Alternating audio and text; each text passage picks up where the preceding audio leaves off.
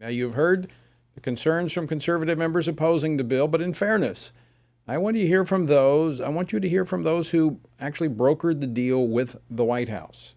The lead Republican negotiators were Congressman Patrick McHenry from North Carolina and Louisiana Congressman Garret Graves. Congressman Graves, who represents the 6th Congressional District of Louisiana and happens to be my congressman, joins us now. Garret, welcome back to Washington Watch. Hey, thanks, Tony. Great to be with you again. I know you've been busy. We've spoken a few times. We've texted back and forth. But so let me just bottom line, why is this a good deal for the American people? Well, so look, I think it's important to keep in mind that we still have a Democrat majority in the United States Senate with Senator Schumer in charge. We still have a Democrat president with President Biden. And so we can all talk about the best sort of imaginary deal that we can think of, but you've got to be realistic and say, what is the best option that's actually on the table? And that's the one that's before us today, which happens to be the greatest spending reduction in American history, the greatest savings in American history, the greatest rescission of funds from federal agencies in American history, stopping the hiring of IRS agents, putting stronger work requirements in place for welfare, making the most transformative environmental and permitting streamlining in over 40 years. So look, we can talk about wanting to save $10 gazillion here or stripping all federal agencies and shutting them down tomorrow, which I'd probably be in favor of, but it's not a viable option, something that President Biden would sign into law. So this is clearly a historic opportunity, and it is the best option that's on the table today. Now, Congressman Graves, we've known each other for a long time. I know you're a conservative, so this is not an issue of questioning your conservative credentials, but let's talk specifics on the numbers. Yeah. One of the concerns we've heard, and in fact, frankly, one of the concerns I have is this establishes post-COVID spending as the baseline going forward. I mean, this is an increase from the 4.4 trillion in 2019 to the 6.3 trillion this year. Now, as I understand, this deal will trim $100 billion off, giving us a 6.3 trillion budget next year. Is that an accurate read of the numbers? So actually, we are going to see a decrease in spending from last year.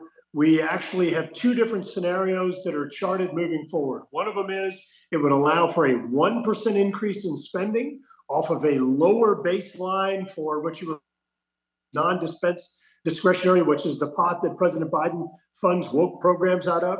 You would actually see an increase in defense spending. The other scenario is that you would actually fund government at 99%, so it would begin dropping down over the 2 years. So those are the two options under the legislation that's being contemplated here today. This is a reduction in spending. It is greater savings. And let me say it again, Tony, we can go out there and go create a fifth or sixth imaginary option out there. They do not exist. If folks keep going down this dangerous path of pretending as though there are other options, what's going to happen is you're playing into the White House's hands. It's a dangerous game. They're going to end up either using the 14th Amendment that I don't think is constitutional, but would take the courts barring them, or number two, they're going to get moderates to go negotiate a clean debt ceiling. Neither of those are good options for us. We've got to choose the most conservative, which is the one that's on the table. But I understand that. But we're still dealing with a new baseline that is post-COVID, which was inflated budgetary. I mean, you're a fiscal conservative. I mean, you deal with numbers. This is an inflated budget that was inflated by the emergency spending of COVID, and now that's part of the baseline of government funding, is it not? Tony, it's not a fair or an accurate assessment. Number one, we are rescinding $30 billion from federal agencies. Number two, and that's just from some of the COVID funding. We are rescinding probably going to result in tens of billions of dollars in rescissions from the IRS and this new army of IRS agents that President Biden is trying to push. We are decreasing the woke programs, the woke agencies. We are increasing spending on defense. But look, overall, when you look at this charted out over the budget caps we have in place, the spending restrictions we have in place, it saves $2 trillion just in savings, budgetary savings, not to mention the savings from putting more stringent work requirements for welfare, the savings as a result of these new regulatory restrictions we're putting on the White House where they can't go out there and make unilateral decisions and spend money without the involvement of Congress. We're starting the student loan payments again, which is $4 to $5 billion per month. So look, this ultimately is the greatest savings in American history.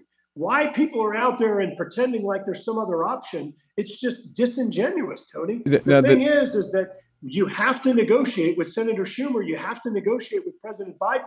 We had them up against the wall. They got rolled over in these negotiations. There's nothing in here for Democrats. Understand. The savings, just to be clear, is that $2 trillion is over a 10-year period, correct? It is. All right. One final question. We're almost out of time, and I know you're really busy, so I appreciate you joining us as we're coming down to the wire on this. You were a key part of negotiating an agreement with the speaker's race back in January, which resulted in an unprecedented unity among, there's the music. We're almost out of time here. We're going to have to continue this conversation because what's going to happen with that unity on the other side of this? Very concerning because you were a key part of bringing the Republicans together. Unfortunately, we're out of time.